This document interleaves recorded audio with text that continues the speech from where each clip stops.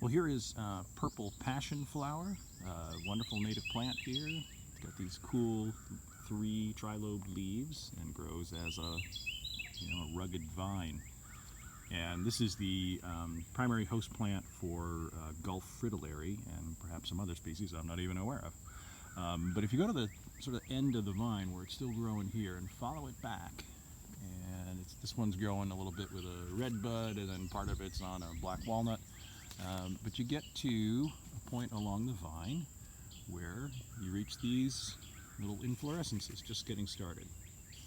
And then you go the next node, and this one's a little bit more open. And next one down, and you've got one that had flowered and is already sort of senesced. And then here, the next one down has already gone to seed, and there's the fruit.